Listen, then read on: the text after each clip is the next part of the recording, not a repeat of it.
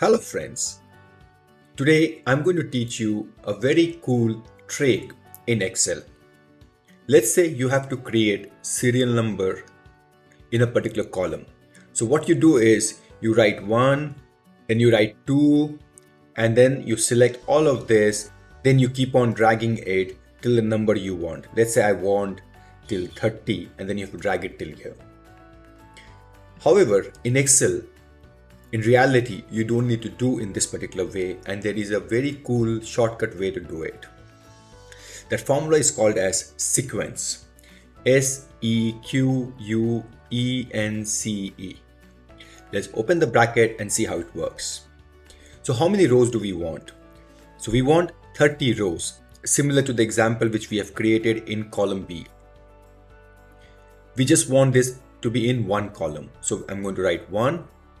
The starting point is where we are right now, and we want the serial number to be in series of 1, 2, 3, 4, 5. So I'm going to just select 1. Close the bracket, and there you go. Isn't this cool? Let's say you wanted to do in this way, number 1, and then you wanted to drag it till 30. Now again, in this case as well, you don't need to drag it. What you can do is you can put a formula in this particular way. The first thing which you want to put is number. Then you want to put a space. So I'm going to put an inverted commas, space, and then again put the and thing. And now I'm going to insert the formula which is sequence. So again, I want 30 rows, 1 column, starting point is over here, and I want the step to be 1. And there you go. Isn't this a very cool trick? That's all what I had for this short video.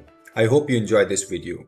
For more such videos, do subscribe to my channel and click on the notification button so that you can get access to any new video which I upload. In my channel, I also have podcasts. Do listen to those podcasts to get latest industry insights from industry veterans.